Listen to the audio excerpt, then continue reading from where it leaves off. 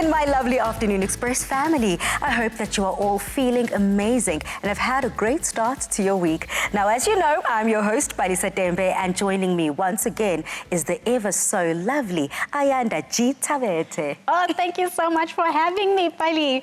It is great to be back, and I must say I am particularly excited about today's episode because today we are joined by a wonderful group of people. And you can say wonderful yet again because first and foremost we have the ever so elegant and beautiful Stacey Garsain.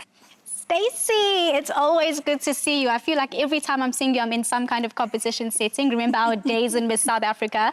Then I saw you on TV doing Tropika. How was that experience? Tropika was amazing. Nothing short of incredible. Let me tell you, being in Zanzibar obviously made it like... I just added some spice, but honestly, it was incredible. It was so nice to just challenge myself every day, to put myself to the test, to just be with people that are just such a vibe. Like, the whole experience was just amazing. 10 out of 10, definitely recommend. Your energy is so infectious, and I just love being able to touch base with you. And completely what I saw on screen is translating face to face. I mean, beauty, brains, strength. Tropika Island of Treasure demanded all of the above from you. How has it changed your life? Pali, let me tell you something. It really did change my life. Like, it really impacted me on a level that I didn't even think is possible. Like, mentally, you know, I didn't even realize I had such mental strength. But when you get put into such situations, like, you just have to, and you just pull through, and you're like, wow, I'm actually capable of this, you know? And I think it's given me a lot of confidence going into my day-to-day, you know, especially with content. I'm just being on my TikTok, being able to share a lot of my experience and who I am, and just giving women specifically, like, some good knowledge about certain topics. So it's just given me a lot of confidence to just believe in myself. How was your relationship with Carl? That team looked amazing on TV, but are you guys still touching base outside of the competition? We are. We chat so now and then. Really good team. We had such synergy from the beginning. Like, day one, challenge one, we were there, we just connected. It was kind of like, you know, you just meet those people that you just connect with instantly. And we both had like one vision, one goal. Carl was good for me because he was such a calming force, you know, where I would like, he's like, Stacey, just focus. And I'm like, okay, I got it. I got it. So it was so cool. Like, it was really good. And I think he definitely brought such good variation to the team. But loved it, loved being red. I was just, it was so nice, like putting on the red costumes every day. Fierce is what comes to mind. Naturally. You know? And speaking about fierce, I hate to be controversial. You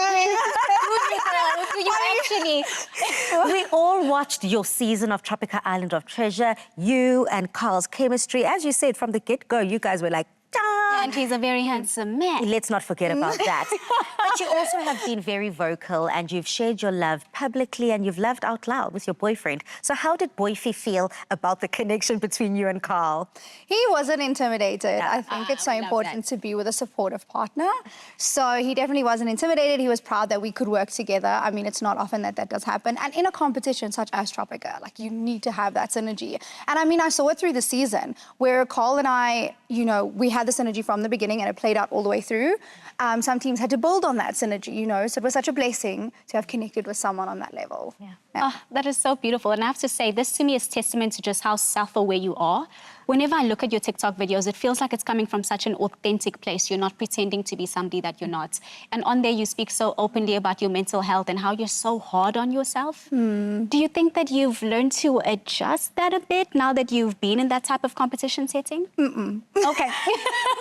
I won't lie. I'm such a realist. I'm so hard on myself. Yeah, I think you should find a balance. But I think being hard on myself has gotten me to a point where I am. You know, it keeps me striving. It keeps me having goals and dreams, you know. I think it's good to be real and to be able to say, you know, it's days like, are you okay? You know, are you coping? Because that's important, and to have a good support structure. But I definitely think it's helped me be the woman I am, and it's helped me be the confident, bold, like, I'll step into rooms and be like, you know, I don't know, but I'm qualifying myself to be here right now, you know what I'm saying? So, yeah, it's really helped me a lot. And I think that it's just made me the woman I am. It's good for me, and I think I've learned to find balance in it, where I'm not the whole time like, you know, I need to achieve, especially with my figure. I think it's something I've I've been bothered with my whole life. You know, we as women are often told, you know, we're not good enough, you don't look like this, you need to look like this. Yeah. And that's just, I'm just like, you know what, I love me for the season I'm in, and I embrace me, and I just think that we need to learn to do that as women daily. Now, with being Miss Perfect, your worst critic, possibly, how has that then shaped your career? You've already said that being able to be loud and vulnerable on TikTok has also helped, especially when it comes to women's issues. I think it's helped me to just be real. I think if you really are self-aware, you can sit yourself down and say, like, what am I feeling in this moment? You know, am I okay? Am I strong? You know, am I vulnerable? And am I being real with myself? Because I think the most important thing is to just be like, are you okay, actually? So I think being a bold woman has also just allowed me to be real and be real with other women.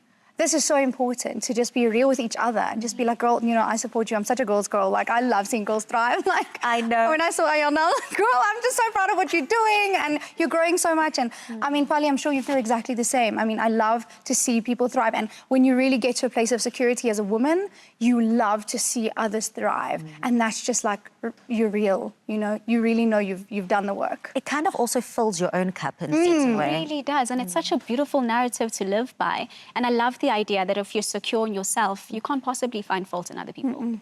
Just from this very short conversation that I have with you, I can immediately pick up as to why they chose you to be one of the fans selected for Tropika Island of Treasure. Your energy, your natural charisma makes you perfect fit for television. I enjoyed this so much, I do not even want it to end. But unfortunately, that is all the time we have for this interview. But don't worry, guys, we still have a lot more to get through in this show, so don't go anywhere.